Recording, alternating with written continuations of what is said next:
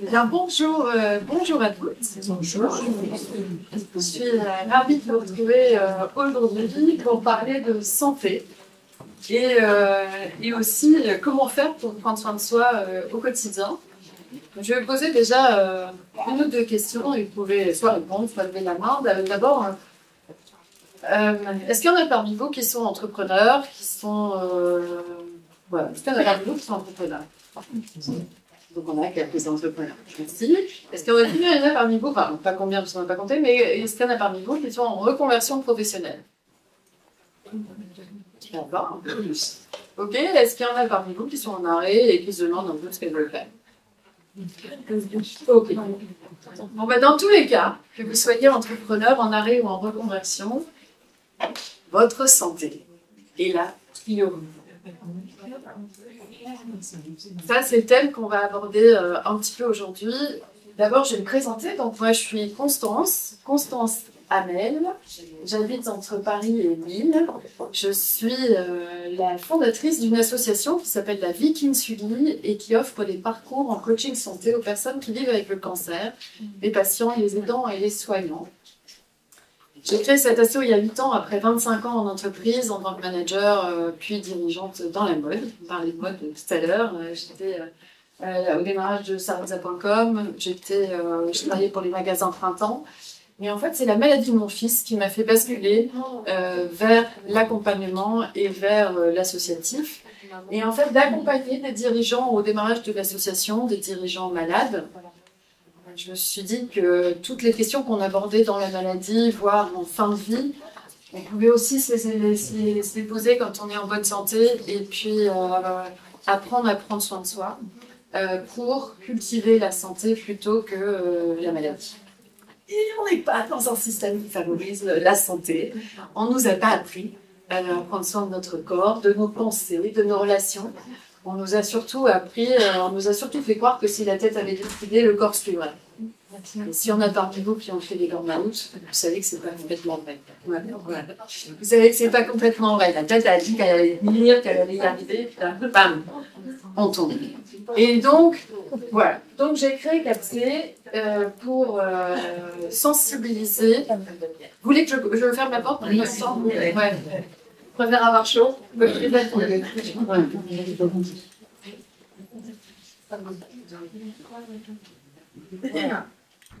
on va passer 1 heure ensemble. En fait, il y a un truc à retenir.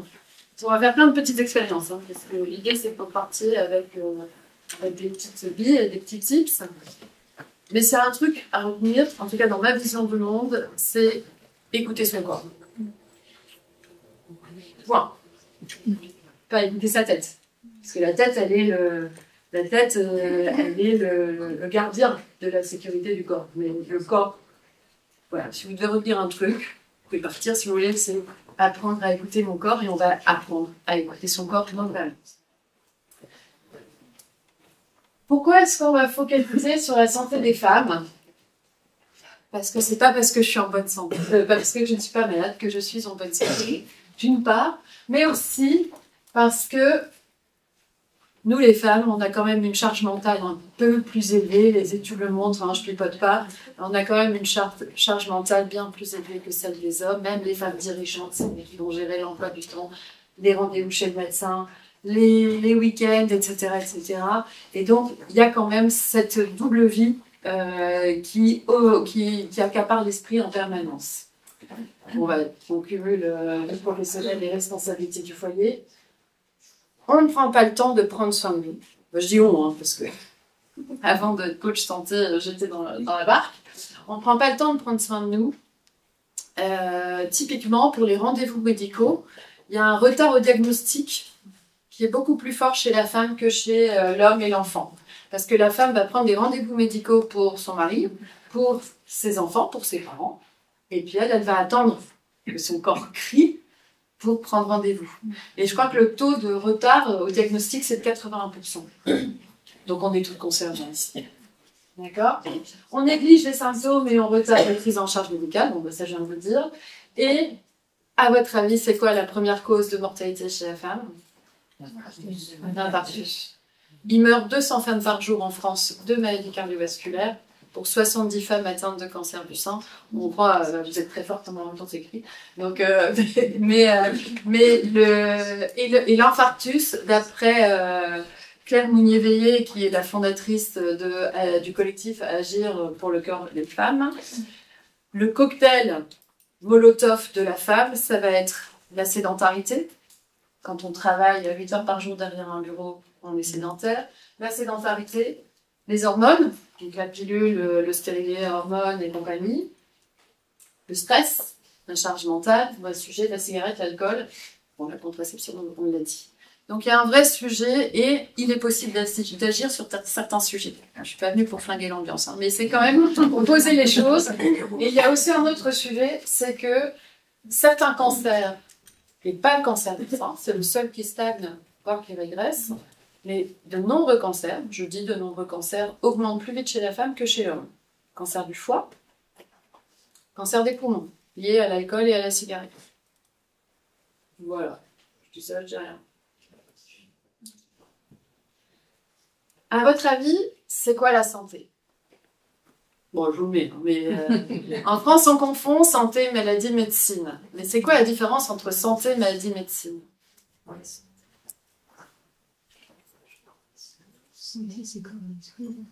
Santé, c'est corps et esprit. Corps et esprit, c'est global, ouais. Alors que médecine, c'est le physio.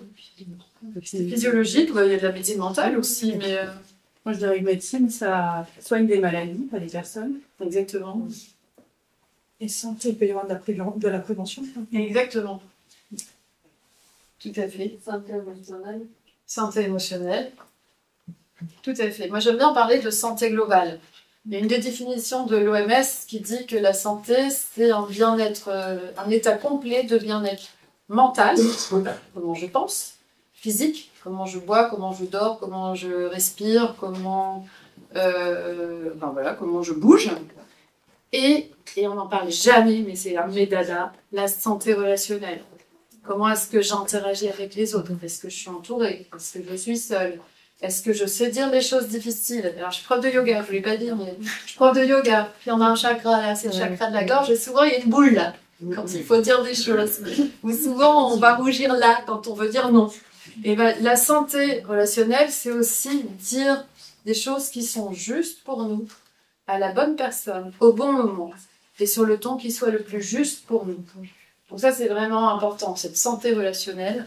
On n'aura pas le temps d'explorer ici, mais voilà. Et donc, effectivement, il y a une autre définition de la santé qui est que la santé sera un processus systémique entre notre tête, notre corps, notre cœur, notre environnement.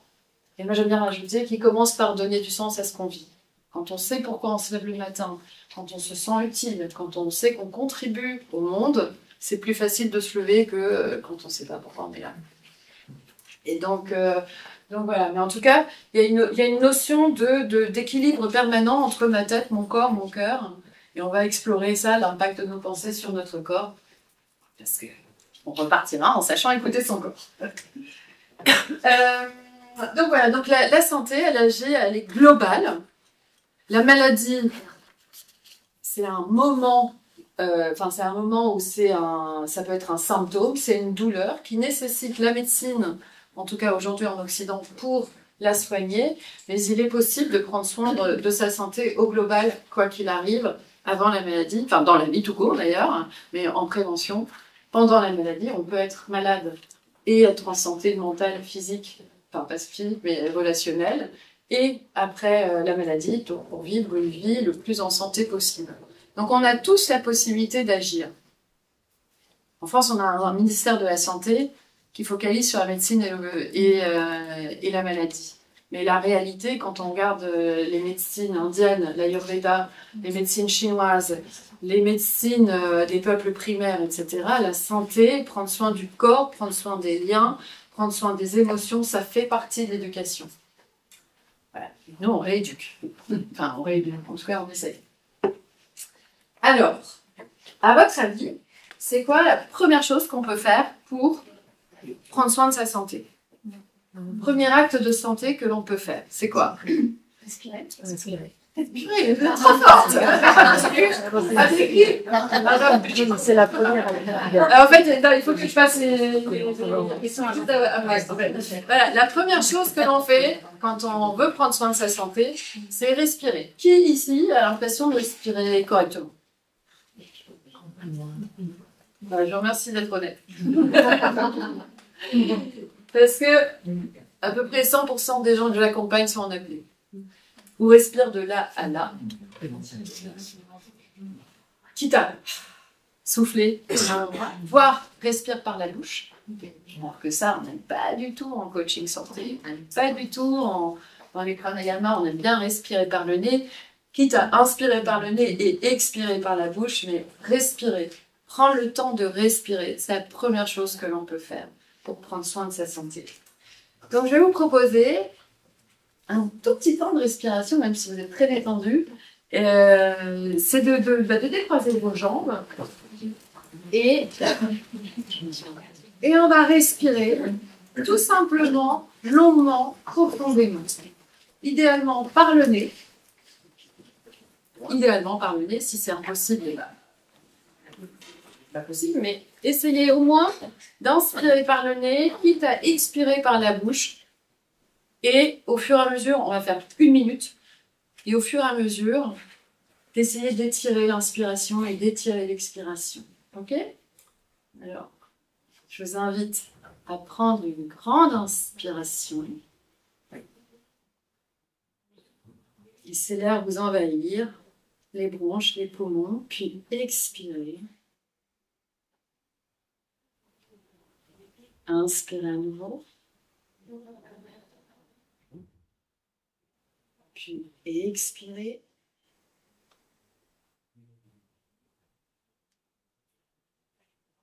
Inspirez à nouveau. Expirez.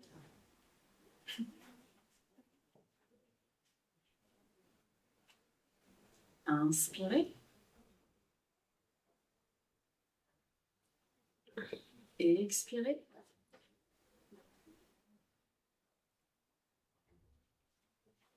Et prenez une dernière inspiration. Et expirez à votre rythme, comme vous voulez, avant de prendre une respiration spontanée.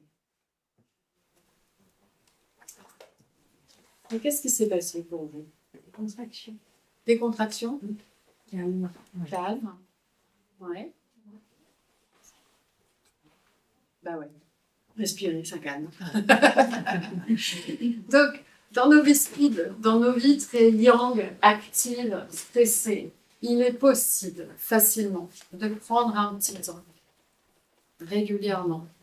À ma fille qui est médecin, je lui dis toutes les heures, tu te mets une alerte et tu respires 1 minute entre 2 patients. Tu respires ne serait-ce qu'1 minute. Ça va venir nourrir nos cellules en oxygène, ça va venir ralentir le rythme cardiaque et ça va amener de la détente. Quand on est comme ça, on est en hyperventilation. Et on vient nourrir ce qui se passe là-haut, mais ça ne nous fait pas forcément du bien. Donc je vous invite, ça c'est le premier tips, vraiment je vous invite à respirer longuement, profondément. Commencez le matin 5 minutes, c'est facile, hein. Inspire, j'expire. Vous mettez de musique, vous trouvez sur YouTube des exercices de respiration, vous faites ce que vous voulez, mais prenez le temps de respirer, c'est la première chose que vous pouvez faire pour votre santé. La deuxième chose, qui parfois a l'impression de faire des choses, je ne vais pas cette fois, on peut faire moi, a l'impression de faire des choses que, un peu contre son gré, de se mentir. Ouais, j'attends un peu plus parce que là... Ouais, voilà. Elles sont basses les mains, mais je les vois. Ok. On en est toutes là, hein. Je vous rassure. Des fois, on s'hyperadapte à l'environnement dans lequel on est. On n'est pas toujours d'accord. On n'est pas toujours d'accord avec ce qui se passe autour de nous. On n'est pas toujours d'accord avec les décisions que l'on prend, mais pour être aimé, pour arrondir les angles, pour faire des efforts, on va s'adapter et on ne va pas forcément s'écouter. Et ça, moi, j'aime pas. Donc, on va aller dans le vif du sujet. Ah non, pardon. Voilà, décidément, mais j'aurais pu faire ça. Donc ça, c'était pour vous montrer que quand on respire, ça, c'est une respiration de stress. Et puis ça, c'est une respiration en cohérence cardiaque où je prends le temps de respirer longuement, profondément. C'est plus régulier. Mais bon, on va revenir au corps, excusez-moi. Voilà, on va faire un petit jeu. Le jeu de la vérité. Donc là, je vais vous... On va faire un petit jeu, mais c'est un truc à recevoir. Enfin, non, parce qu'en fait, tout est important, mais respirer, c'est très important. Deux, ça c'est très important.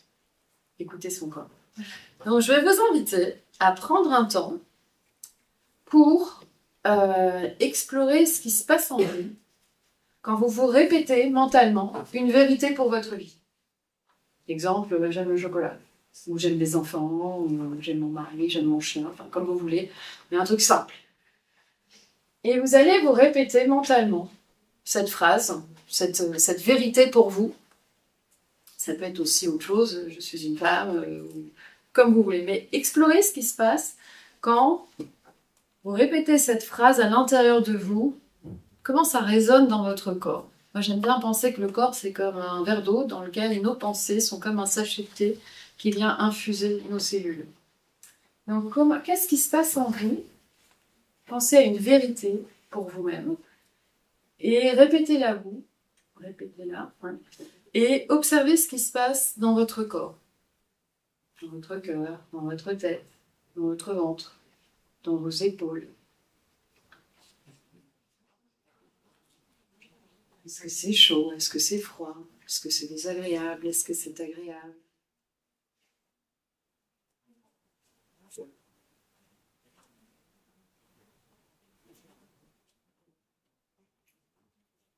Et puis quand c'est bon, quand voilà, si vous avez ressenti quelque chose, je vous invite à le partager.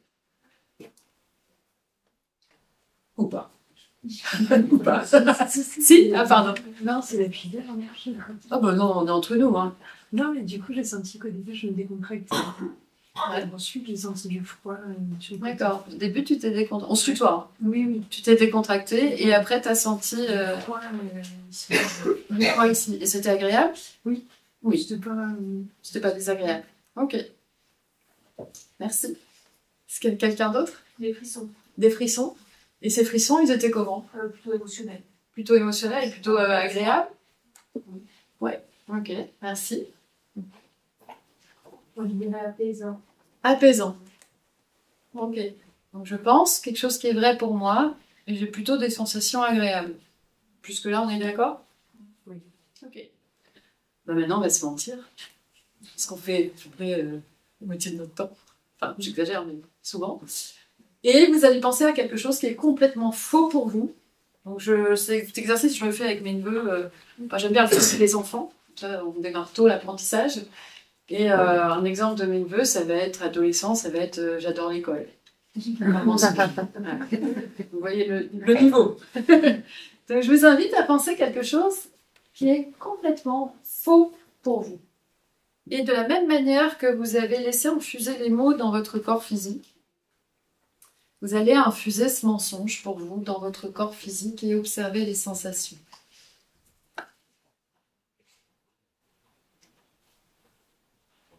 Observez les images, observez les ressentis.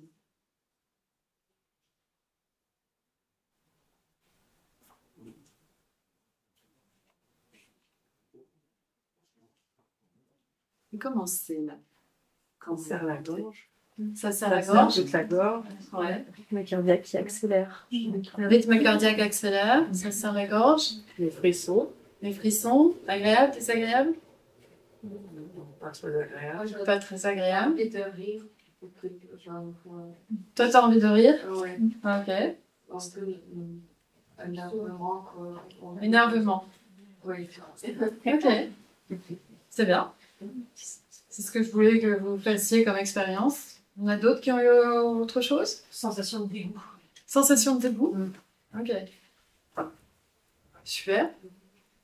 Donc, le corps sait ce qui est vrai pour nous et ce qui n'est pas.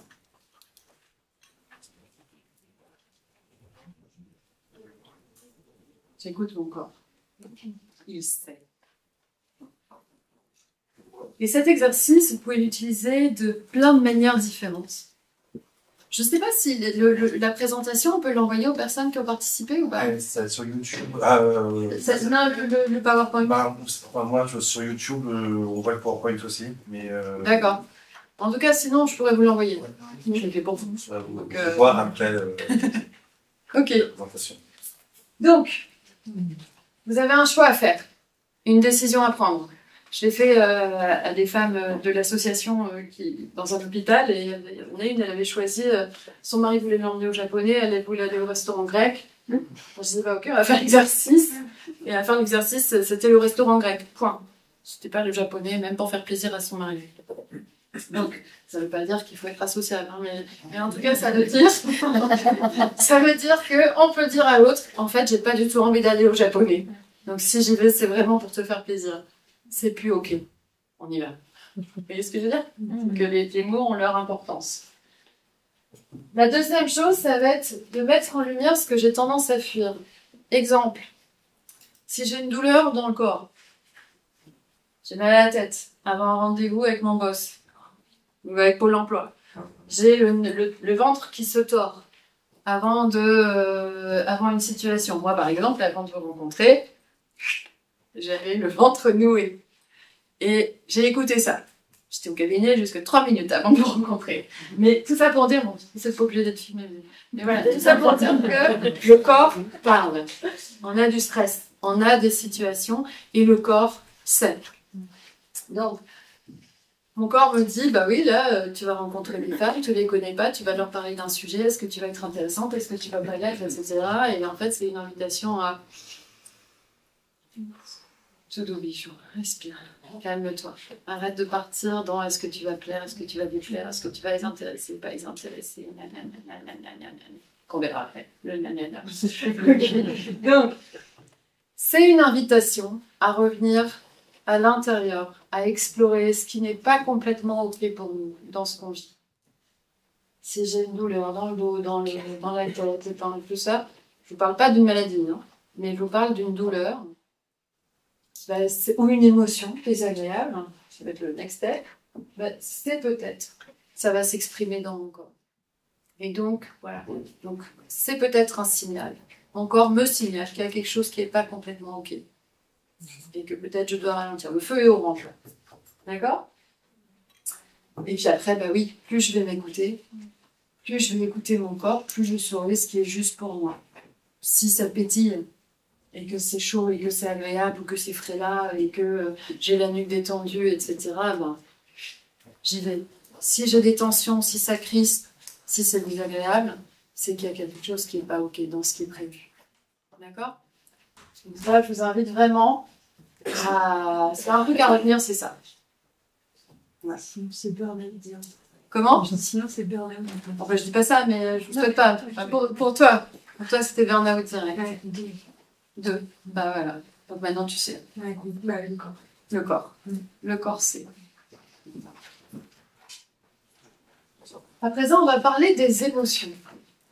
90 à 95% de nos décisions, de nos choix, de nos comportements sont influencés par nos états émotionnels.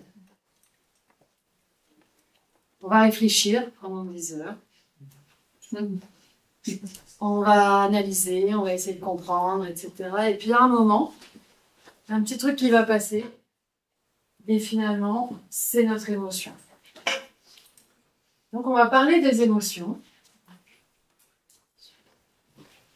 À votre avis, c'est quoi la définition d'une émotion?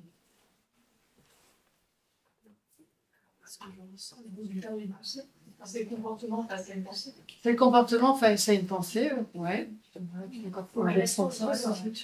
C'est une réaction du corps. En fait, effectivement, les émotions elles se traduisent par une réaction du corps immédiatement.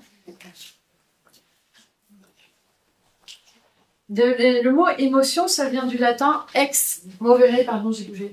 Ça vient du latin ex movere, qui invite au mouvement, qui invite au déplacement, pour s'adapter par rapport à ce qu'on vit. Donc il y a des émotions dites agréables, Ouais, c'est ça. Ah, rien. Pardon. Des émotions dites agréables, quand le corps est fluide, quand c'est agréable, quand c'est chaud, quand ça pétille, etc. C'est une émotion agréable. On parle beaucoup d'émotions positives et d'émotions négatives, mais moi je préfère parler d'émotions agréables et désagréables. Et puis il y a des émotions qui sont très désagréables à ressentir. La honte étant la pire. Des émotions à ressentir. Je crois que le champ énergétique il se réduit comme ça quand on ressent de la honte ou de la culpabilité. Quand on est dans la joie ou dans l'émerveillement, on va être dans l'ouverture totale du corps. Donc, nos émotions ont un impact sur notre corps. Et donc, typiquement, là, je vous ai fait un petit schéma. Donc, il m'arrive un événement de vie. Là, typiquement, c'était le mariage de mon frère samedi. Événement de vie. Mon corps est tout excité. Il réagit. J'ai des pensées. Je me dis, waouh, c'est trop fort de se remarier. Et je suis dans la joie. Bon, j'exagère, hein, je vous donne un exemple. Mais il est parfois possible de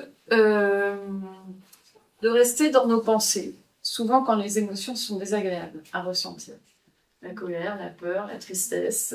Et on n'a pas appris. On n'a pas appris à traverser nos émotions. J'aime bien penser que les émotions, c'est comme un nuage dans le ciel, qu'on peut laisser passer.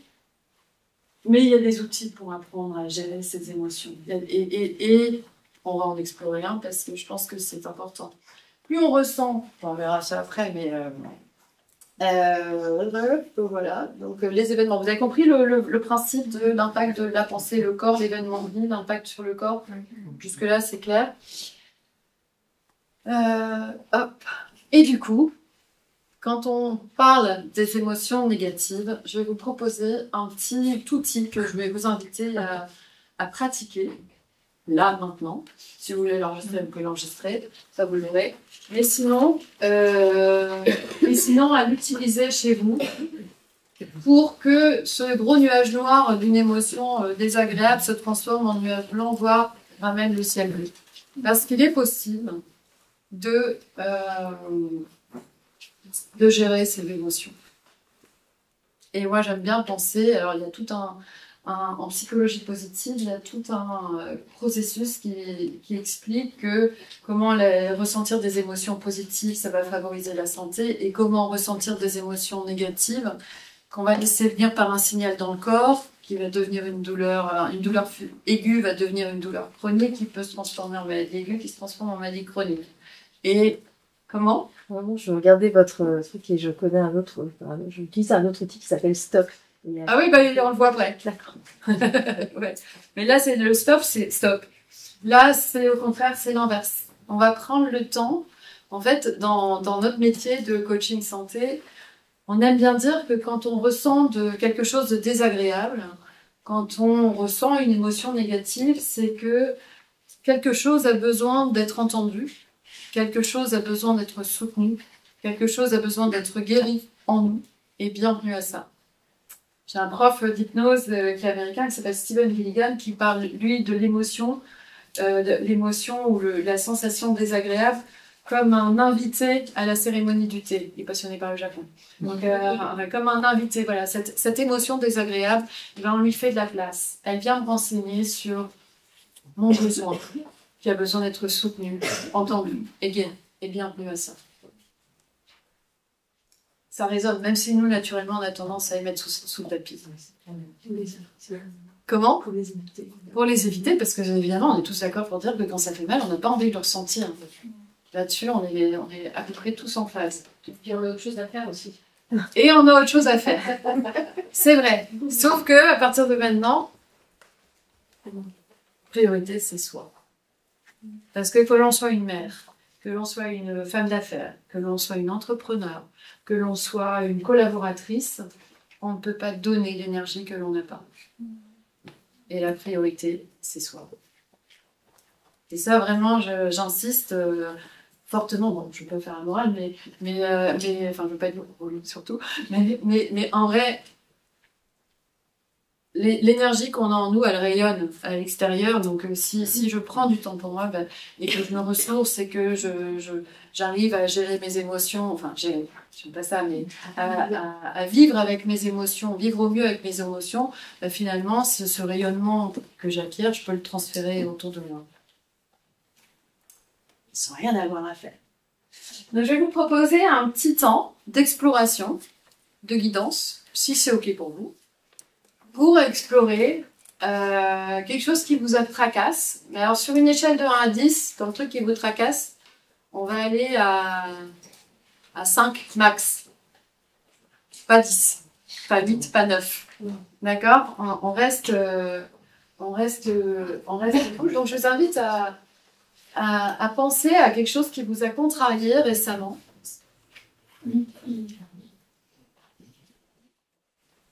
Quand je suis en entreprise, je leur dis pensez à. Vous n'êtes pas en copie d'un mail. Voilà. Ça peut énerver vraiment. Mais pensez à quelque chose qui vous a contrarié. Et prenez le temps d'observer ce qui se passe en vous quand vous vous connectez à ce qui vous contrarie.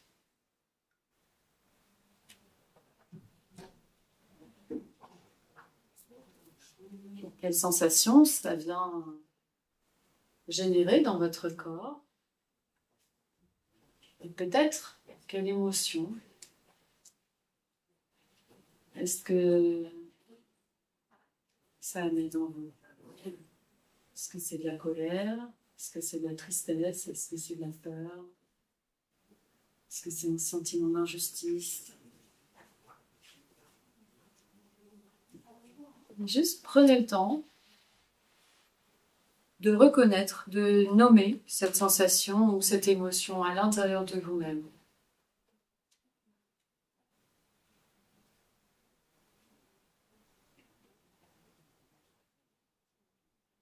Et puis maintenant, je vais vous inviter juste à l'accueillir, cette sensation, cette émotion, et à l'accepter en vous, comme une partie de vous-même qui a besoin d'être entendue, soutenue, guérie. Et bienvenue. Bienvenue à toi, l'émotion.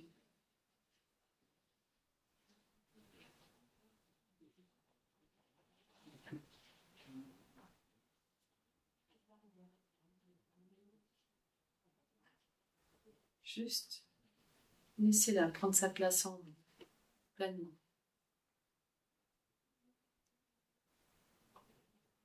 Puis quand c'est bon pour vous, je vous invite à observer ce qui s'est passé dans la situation, à l'origine de votre émotion, qui était présent. Comment ça s'est mis en œuvre? Qu'est-ce qui a été dit, pas dit?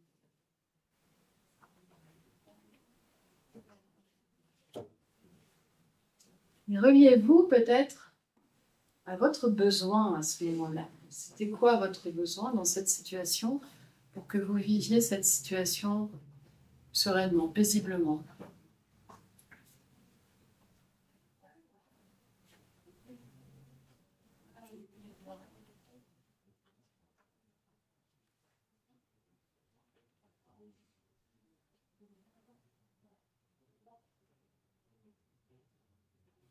Et de là où vous êtes, je vais vous inviter juste à vous dire que vous n'êtes pas votre émotion. Mais aussi qu'il est possible d'aller demander aux personnes qui étaient concernées, peut-être leur rappeler de quoi vous aviez besoin dans cette situation et leur dire.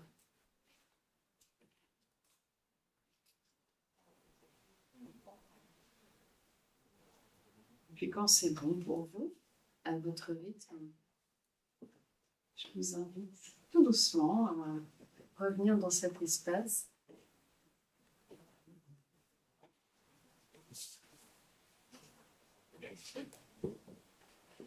Peut-être à partager si vous avez expérimenté quelque chose. Qu'est-ce qui s'est passé pour vous? Pour le ressenti, un mois, énervement et étonnement Ouais. dans le émotions. Et puis,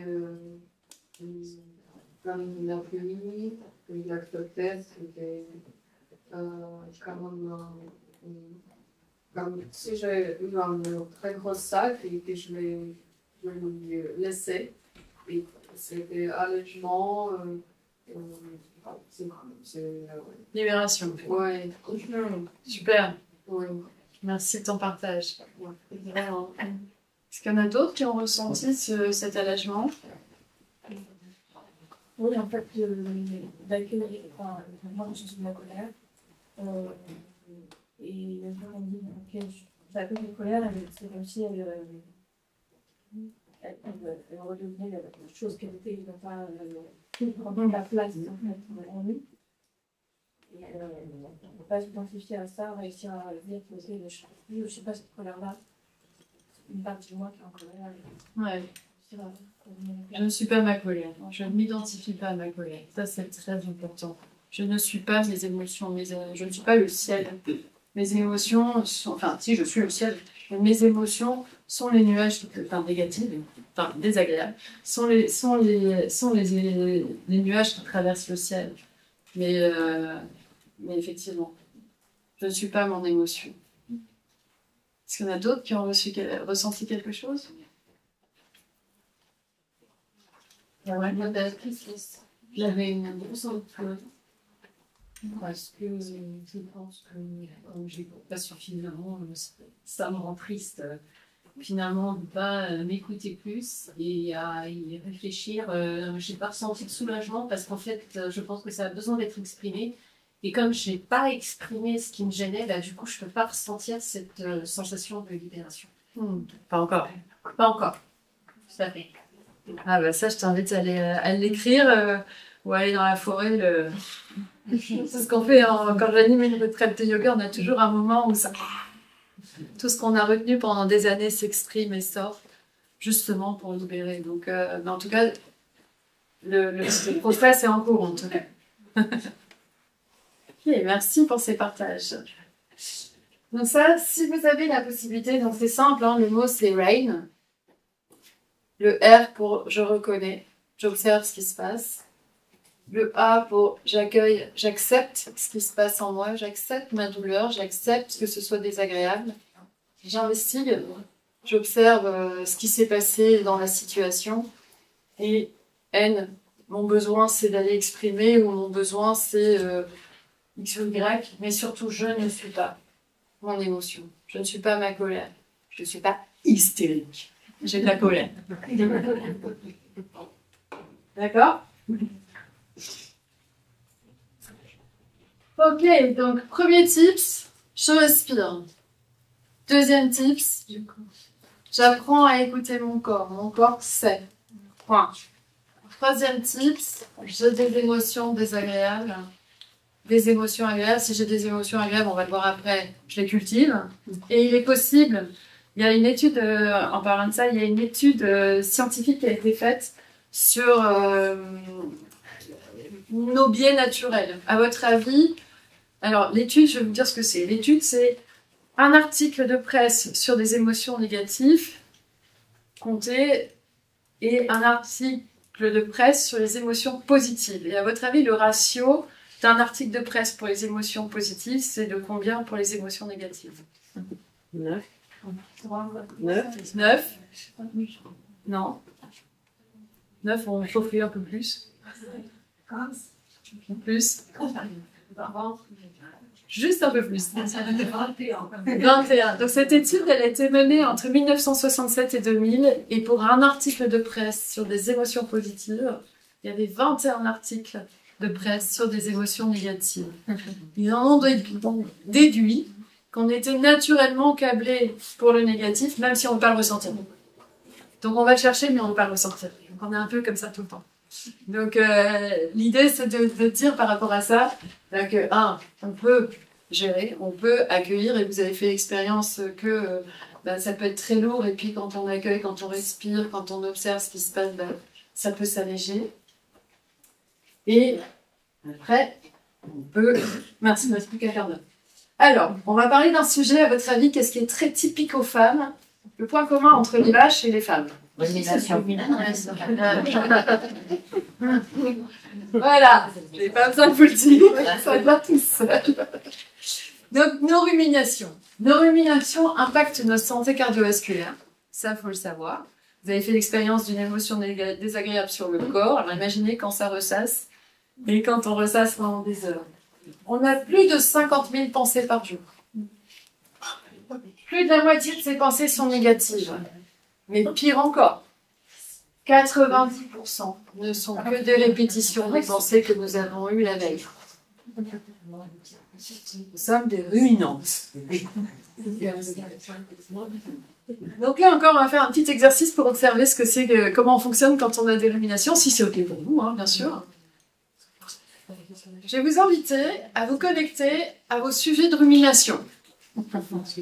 Votre mari, vos enfants, vos collègues, votre vie, je ne suis pas sportive, vos croyances, là, tous les je ne suis pas sportive, je ne suis pas capable, je ne mérite pas, et lui il est trop comme ci, il est trop comme ça, etc., etc. Vos enfants, ils sont il n'y arrivera jamais. Essayez d'accueillir là, tout ce paquet de ruminations qu'on peut avoir. Et un peu comme on a fait sur le jeu de la vérité tout à l'heure, observez l'impact de ces ruminations sur votre corps. Juste quelques instants, on ne va pas y rester des heures, mais juste observer la sensation physique reliée à nos ruminations. Je dis nous parce que je fais partie de la team ruminante. Qu'est-ce qui se passe en vous? Et de là où vous êtes, avec vos ruminations, j'aurais toujours rêvé d'être une fée, vous allez imaginer que d'un coup de baguette magique, toutes les ruminations disparaissent. Toutes. Et observez comment est votre vie, quand vous êtes libéré de toutes ces ruminations, de toutes ces pensées répétitives. Comment c'est pour vous? Quelle sensation physique ça vous procure? Ça allège. Ça allège. Comment?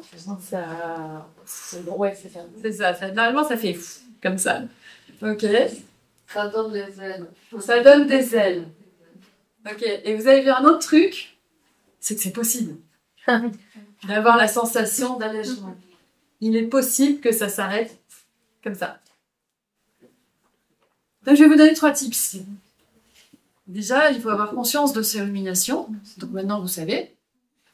Vous savez quand vous répétez, même si avant de vous endormir, quand on a du mal à s'endormir, clac, avant un rendez-vous, etc., etc. Il est possible... Ah, ben c'était 4, mais en fait c'est 3, parce que j'en ai retiré un. Je vais vous proposer 3 tips. Ah ben, c'était le stop que j'ai retiré. Le premier, c'est Germaine. Germaine, c'est le nom que je lui ai donné. C'est cette partie de moi qui rumine. C'est pas moi. Cette partie de moi qui rumine, c'est comme les émotions, c'est pas moi. Et j'ai beaucoup de respect pour Germaine, parce que c'est une femme que j'ai connue dans mon enfance. Mais c'est pas moi. Parce qu'elle me disait, elle me répétait tout le temps la même chose. Voilà. Donc ça, vous pouvez le nommer, vous pouvez lui donner un nom à cette partie de vous qui rumine tout le temps. C'est facile. Les 5 C, à votre avis, c'est quoi? Si tu connais le stop, peut-être que tu connais. C'est ce que je suis en train de... J'ai les 3 R. Mais je les connais pas les 3 R. Les 5 C, alors ça va vous marquer parce que c'est grossier. C'est face à une situation. C'est comme ça. C'est face à une situation que vous ne pouvez pas changer. Il pleut. C'est con, mais c'est comme ça. C'est con, mais c'est comme ça.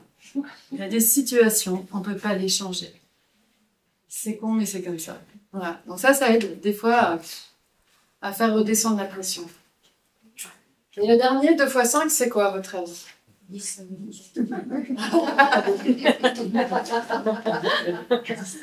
Non, ne passe pas plus de 5 minutes à te prendre la tête pour un sujet que tu auras complètement oublié dans 5 ans.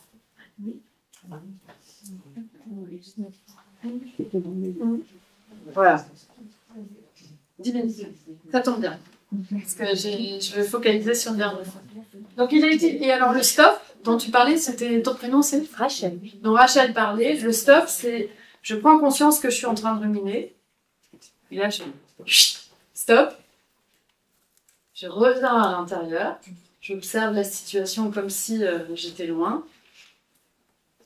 Je regarde et puis je reviens dans l'instant présent et je respire. Pour cultiver le retour à l'instant présent. Voilà, je reviens dans la respiration et dans le centrage, là où tout est calme. J'ai bien pensé qu'on a Voilà. en nous un espace qui ressemble un peu au fond des océans et qui est calme, quoi qu'il arrive à l'extérieur. Oui. Il y a un monsieur dont j'ai suivi une vidéo qui s'appelle Serge Larky. Ouais. Il y a un médecin canadien. Et lui, dont il parle du hamster qui tombe dans sa... Le pansouillard. Voilà, c'est exactement pansouillard, on est foutu, on pense trop.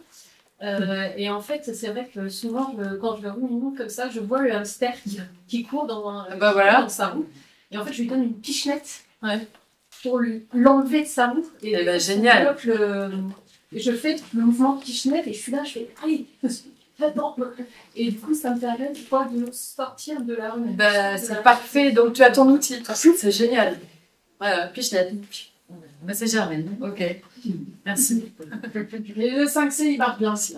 C'est con, mais c'est comme ça, je vous assure, ça marche bien aussi. Bon, une fois qu'on a parlé de nos ruminations, on va parler du... Donc, premier tips, je respire. Deuxième tips, j'écoute mon corps. Troisième tips, je gère mes émotions. Quatrième tips, je gère mes ruminations. Dernier tips, il est possible de recadrer nos biais négatifs de la pensée. Et donc, il est possible de revenir vers du positif, même quand tout est négatif. Et à votre avis, quelle est l'émotion, on va parler d'émotion, quelle est l'émotion la meilleure pour notre santé? Joie. La sérénité, la joie, l'amour, le plaisir, la confiance, le calme. Celle qui a été étudiée comme étant la meilleure, c'est la gratitude. Juste avant l'émerveillement. L'émerveillement, ça vient avec la gratitude. Et donc, on va prendre un temps. Donc ça, c'est, voilà. Notre bonheur dépend de la qualité de nos pensées. Ça, c'est un peu tout ce qu'on a vu là. Et donc,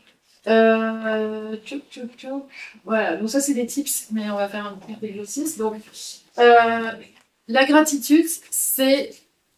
Alors, en psychologie positive, elle a été étudiée.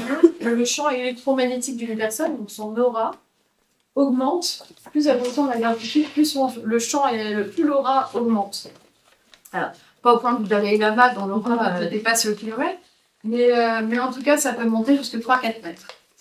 Donc, cultiver de la gratitude au quotidien. La gratitude, dans la notion de gratitude, il y a une notion de sans contrepartie. C'est-à-dire, c'est pas parce que tu m'as payé ton... il peut y avoir une contrepartie, mais il y a aussi... on n'est pas que dans le merci. Et dans la contrepartie, il y a la notion de merci. Dans la gratitude, il y a une notion de grâce. Et j'ai une élève de yoga récemment qui disait... il y a un vieux monsieur qui m'a parlé l'autre jour et qui a un peu réhabilité cette expression « je rends grâce ». En anglais, on dira I'm grateful. En français, on dit pas je suis gratitude. On dit je suis contente, mais on dit pas je suis. Par contre, on peut dire je ressens de la gratitude ou j'aime bien cette idée de rendre grâce. Ça veut dire moi. Donc voilà. Donc il est possible pour tout et rien dans sa vie de ressentir de la gratitude. Ressentir de la gratitude d'être ici, ressentir de la gratitude pour le soleil, ressentir de la gratitude pour la ponctualité du taxi ce matin, ressentir de la gratitude pour tout et rien. Et ça se cultive. Il y a des études qui ont été faites, donc la psychologie positive base ces études sur la science, donc elle évalue un peu tout ça. Et donc il y a deux outils qui ont été principalement étudiés. Le premier, c'est pendant 10 jours, de noter tous les jours, avant de vous coucher ou le matin au réveil, de noter ce qui vous a amené de la gratitude. Un coup de fil, un coucher du soleil, la couleur du pantalon dont vous rêviez que vous avez vu par hasard, des trucs, ça c'est des formations de la mode, mais des choses comme ça, tout et n'importe quoi. Tout et n'importe quoi mais aussi dans la notion de gratitude, il y a aussi cette notion, qu'est-ce qui est venu me toucher? Pourquoi est-ce que c'est si fort pour moi? Pourquoi est-ce que je ressens cette gratitude?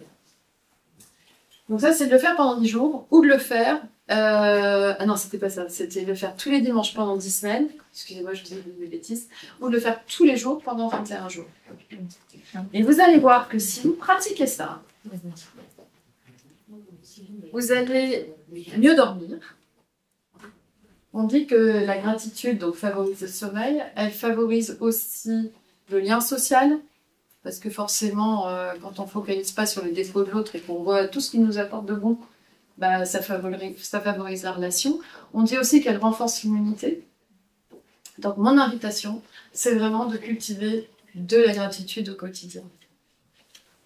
On attend pas 5 Ok. Vous voulez que se ressentir de la gratitude ou pas? On termine là-dessus. Alors je vais vous inviter, vous pouvez vous mettre debout, vous pouvez vous mettre assis, comme vous préférez, comme vous le sentez. Et je vais vous inviter à observer une situation pour laquelle vous ressentez de la gratitude. Vous avez ressenti de la gratitude.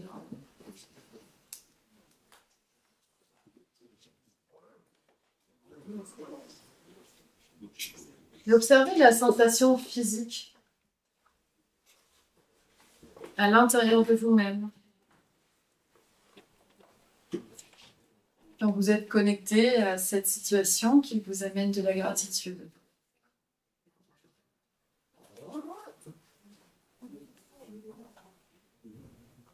Observez votre corps aussi, imaginez que vous êtes en face de vous et observez comment vous êtes, comment est votre visage quand vous ressentez la gratitude pour cette situation.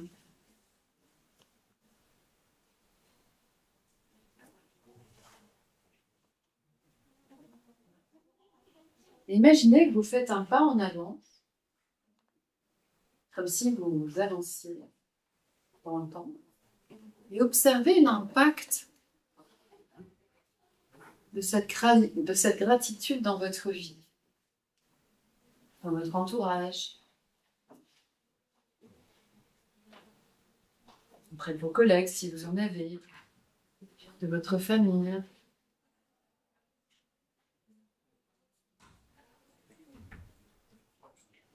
Comment sont les autres avec vous quand vous ressentez de la gratitude? Et vous-même, comment êtes-vous avec les autres?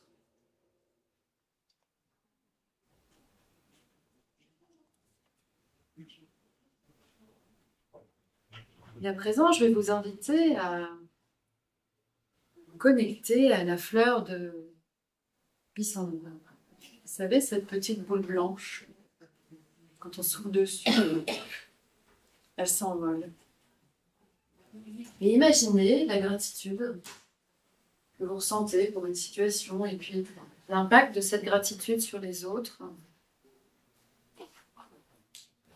Imaginez toutes vos gratitudes à vous dans la salle sur une fleur de pissenlit. Et imaginez que vous soufflez toutes comme ça sur vos fleurs de pissenlit et toute cette gratitude qui s'envole dans le monde. Observez le monde quand il est rempli de tous ces petits points de gratitude qui se multiplient.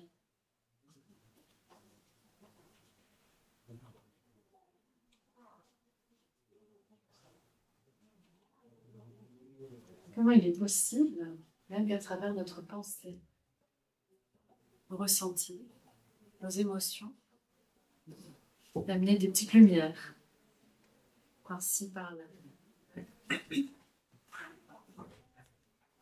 Comme un pissenlit sur lequel on souffle.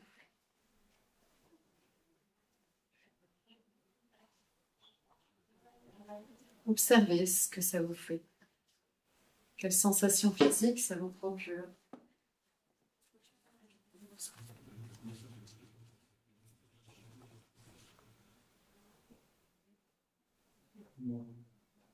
Et puis quand c'est bon pour vous, tout doucement, je vous invite à garder l'image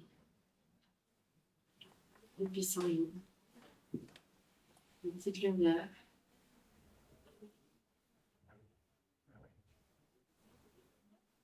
Et à revenir ici maintenant.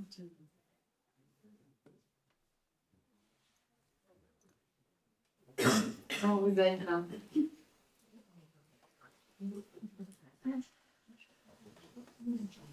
Comment c'est fait?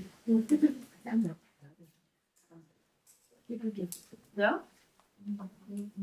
Bon, bah ça, je vous invite à garder l'image de mon émotion positive comme elle peut contaminer positivement le monde, comme la fleur de pissenlit. Donc, on a dit 5 tips. Ouais. Écoutez mon corps. Ouais. L'illumination. Et je cultive de la gratitude. Et tout ça, ça revient à un seul sujet. Je prends soin de mon corps et de mes pensées. Voilà.